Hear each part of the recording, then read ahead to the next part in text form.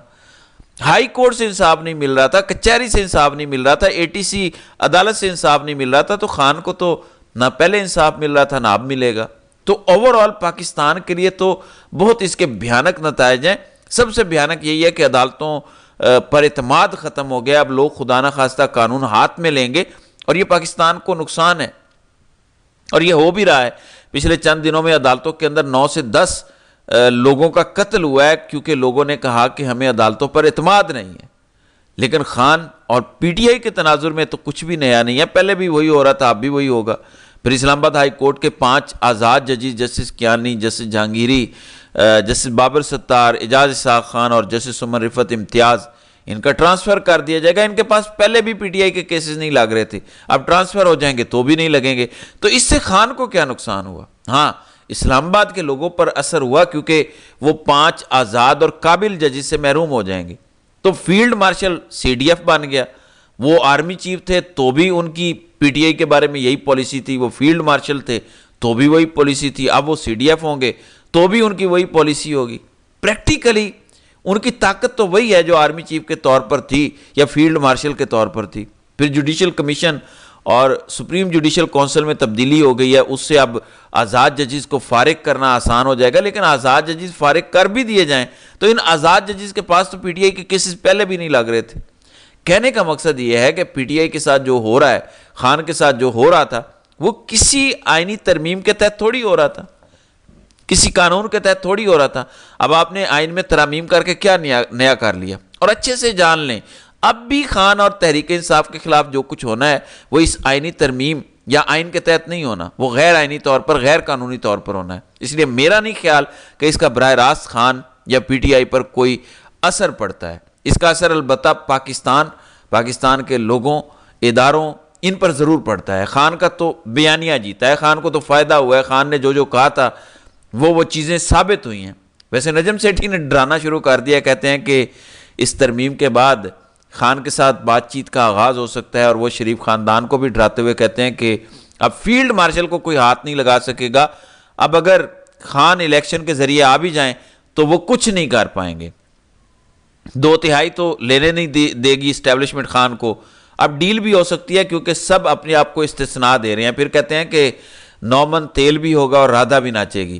اس ساری تبدیلی سے عوام کو کچھ نہیں مل رہا، عوامی طبقہ اپنا تحفظ کر رہا ہے، اور اب خان کا ڈر بھی ختم ہو جائے گا۔ تو کہتے ہیں کہ پہلے ڈر تھا عمران خان آ جائے گا، فلاں کو ہٹا دے گا، فلاں کو ہٹا دے گا، جیلوں میں ڈال دے گا، کیسز بنا دے گا۔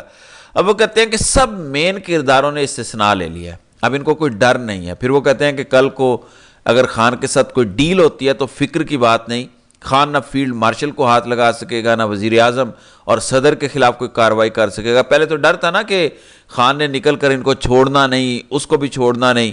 اب اگر یہ ساری چیزیں ہو جاتی ہیں تو فیلڈ مارشل کا تو کوئی بال بیکا نہیں کر سکے گا۔ تو ان کا یہ کہنا ہے کہ ان کا تو یہ کہنا ہی ہے، لیکن میرا پوائنٹ آف ویو یہ ہے کہ عمران خان نے جب بھی باہر آنا ہے سسٹم نے گرنا ہے، اور جب خان اور پی ٹی آئی نے اقتدار میں آنا ہے تو ان کو 3/4 ملنی ہے، کلین سویپ ہونا ہے، تو وہ 2/3 سے آئین کو تبدیل کر دیں گے، یہ شکے نکال دیں گے۔ ویسے بھی پاکستان کے حالات جس طرف جا رہے ہیں، اللہ تعالیٰ رحم کرے، اللہ تعالیٰ معاف کرے، چیزیں اگر سڑکوں پر آ جائیں گی تو بنگلہ دیش سے بدتر حالات ہو جائیں گے۔ حسینہ واجد کو دیکھ کر عبرت حاصل کریں، اس کو بھی آئین کی کوئی شک نہیں بچا سکی، تو یہ مقام عبرت ہے اگر کوئی سمجھے تو ناظرین کرام، آپ کی اس ویڈیو کے حوالے سے کیا رائے ہے؟ آپ اپنی رائے کا اظہار کمنٹ سیکشن میں ضرور کیجیے گا۔